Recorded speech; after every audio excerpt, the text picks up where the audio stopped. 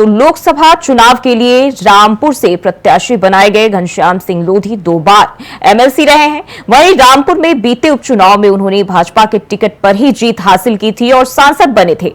घनश्याम सिंह लोधी साल 2022 में हुए विधानसभा चुनाव के दौरान समाजवादी पार्टी को अलविदा कह दिया था और भाजपा में शामिल हो गए थे। तो साल 2019 में रामपुर संसदीय सीट पर चुनाव हुआ तो सपा के कद्दावर नेता आजम खान सपा बसपा गठबंधन के संयुक्त उम्मीदवार बने और चुनाव जीत गए। लेकिन 2022 में हुए विधानसभा चुनाव में आजम खान फिर सपा के टिकट पर चुनावी मैदान में आ गए और जीत हासिल करने में सफल रहे।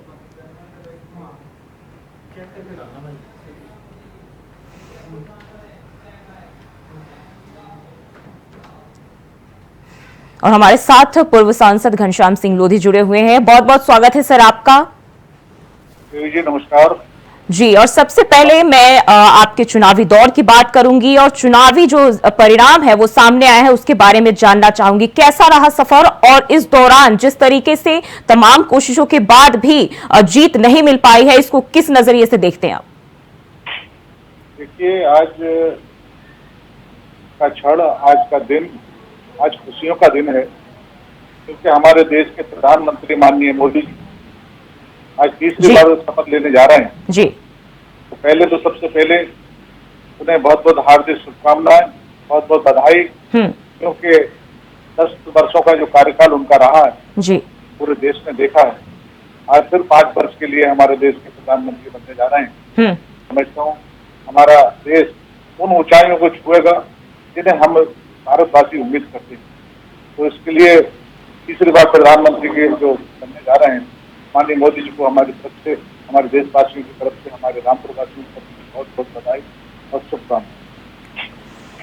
जी। और सर अगर हम बात करें चुनावी दौर की तो इस बार मिली हार के पीछे की वजह क्या रही? क्या मानते हैं जो कहां कमी रह गई है जिसके चलते इस बार जो है रामपुर सीट पर हार का सामना करना पड़ा बीजेपी को? देखिए, उत्तर प्रदेश का चुनाव 80 सीटें आती हैं और 80 सीटों में माननीय योगी जी हों, माननीय मोदी जी हों, या हमारे जो केंद्रीय नेतृत्व हो, या हमारा प्रदेश नेतृत्व हो, सब लोगों ने बड़ी मेहनत की उसमें। लेकिन जो विपक्ष था उसने झूठी अफवाह फैलाई कि और 400 पार अगर सीटें आ गई भाजपा के पास तो यहाँ का संविधान बदल देंगे। तो इसमें बहकाए में भी कुछ लोग आए, उसका भी नुकसान हुआ। रही बात हमारे रामपुर की, तो रामपुर में सारे कार्यकर्ताओं ने हमारे चुनाव को बड़ी मेहनत से लड़ा क्योंकि गर्मी का समय था और ईद का भी समय नजदीक था। क्योंकि ईद पे जो लोग आए उन्होंने भी वोट डाल के गए, तो कई कारण इस चुनाव में रहे। लेकिन अब मैंने भी कल सब रामपुर से आया हूँ मैं, और वहाँ पर भी प्रेस वार्ता की है।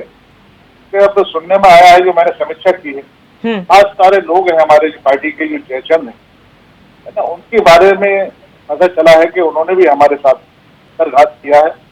पार्टी से मेरा यही अनुरोध है कि उन जयचंदों के बारे में जांच कराए और जयचंदों को कठोर से कठोर उन्हें कार्रवाई की जाए, क्योंकि आगे 2027 में चुनाव फिर होने जा रहा है विधानसभा के।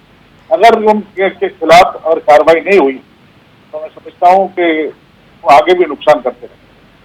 जी। जिस तरीके से हम बात करें तो चुनावी दौर से पहले से लगातार बीजेपी की ओर से 400 पार का नारा दिया जा रहा था, और अगर हम उत्तर प्रदेश की बात करें तो कहीं ना कहीं बड़ी शिकस्त जो है सपा ने दी है। क्या वजह रही, कहां कमी रही, कहां काम करने की जरूरत रही पार्टी को?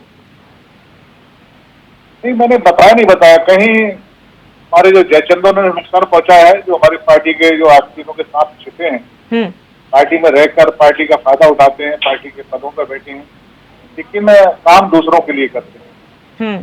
तो ऐसी ही कई सीटें ऐसी हैं जहां इन लोगों ने नुकसान पहुंचाया, और कहीं कहीं प्रशासन ने भी, क्योंकि कई लोग मैंने देखा है सपा मानसिकता के लोग हमारे कुछ पदों पर बैठे हैं अधिकारी, और वो पार्टी को नुकसान करने का काम कर रहे हैं। मेरे यहाँ भी मैंने देखा जी, क्योंकि जिस दिन वोटिंग हो रही थी मैं बार बार अधिकारियों से कहता रहा, मैंने कहीं ऐसा होगा ऐसा, क्योंकि जो हमारे जो संवेदनशील बूथ हुआ करते थे तो वहां पर तो फोर्स नहीं था, लेकिन जहां आदर्श जो हमारे जो पोलिंग बूथ थे वहां पर संवेदनशील की तरह वहां पर फोर्स लगा रखा था। और जो हमारे हिंदू बाहुल जो क्षेत्र थे वहां पर उन्हें वोट भी कम कराने का काम किया। और जहां हमारे जो अल्पसंख्यक मतदाताओं के बूथ थे वहां पर मस्जिदों में जा जाकर अनाउंस करा कर वोट डलवाए और ये परसेंटेज इतनी बढ़ाई। तो क्या ये जांच मानते का हैं कि विषय- ये चुनावी जांच का दौर के विषय है। पहले सर चुनावी दौर के पहले से पार्टी के अंदर जो है अंतर्कलह शुरू हो गई थी? नहीं, पार्टी के अंदर का कलेक्टर कुछ नहीं थी, लेकिन जो कुछ सेशन थे पार्टी के साथ रहे भी पार्टी के लिए उनके भी रहे, लेकिन बाद में जब समय आया तो उन्होंने नुकसान करने का काम। जी, लेकिन चुनाव परिणाम आने के बाद आपका ये बयान सामने आया है कि पार्टी के अंदर भीतरघात हुआ है। ये भीतरघात किसकी तरफ आप इशारा कर रहे हैं? क्या कोई नाम है जिसके बारे में आप बातचीत कर रहे हैं? क्या कोई ऐसे नाम गिनती करा सकते हैं आप? नहीं, मेरे जो उच्च अधिकारी हैं, जो पार्टी के हमारे पदाधिकारी हैं, उन्हें मैं पहले भी अवगत करा चुका हूँ, आपसे पहले ही अवगत करा चुका हूँ। और वो लोग इस बारे में जानते भी हैं कि पार्टी में किस किसने क्या किया, इसके बारे में वो सब लोग जानते हैं। अब जांच का विषय है। मैं तो चाहता हूँ कि रामपुर में आकर या उन्हें बुलाकर पूछा जाए, उन लोगों के बूथ देखे जाए कि लोगों ने क्या किया है, क्योंकि सब सामने आ जाएगा, दूध का दूध पानी का पानी। जी, लेकिन अगर रामपुर की बात करें तो यहाँ की 1/3 सीटें आपके खाते में ही मानी जाती है। क्या वजह है विधानसभा की जो सीटें हैं आपके हिस्से होते हुए भी नाकामयाबी मिली? देखिए, ये जांच का विषय है, मैं बता रहा हूँ। जांच का विषय हमारी जनता ने हमें प्यार दिया और बड़ी मेहनत से ऐसी कड़ी धूप थी और कटाई का समय था, उस समय भी ये 4 लाख वोट, लगभग 4 लाख वोट देने का काम पार्टी को किया। लेकिन कुछ लोग अगर थोड़ी मेहनत कर लेते तो हम चुनाव बड़े आराम से जीत रहे थे। कोई संदेह नहीं था कि रामपुर में हम चुनाव जीतेंगे। लेकिन कुछ लोगों ने लगा कि चुनाव जीत रहा है तो उसी वजह से काम खिंचाई है ना शुरू कर दी और इसका नुकसान लिहाजा भुगतना पड़ा।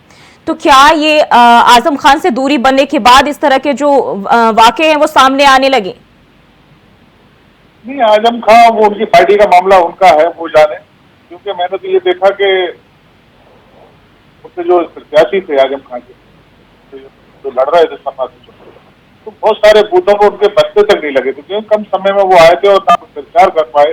खाली मस्जिदों जाकर उन्होंने प्रचार किया और जहाँ अपना उनका समाज था वहां गए।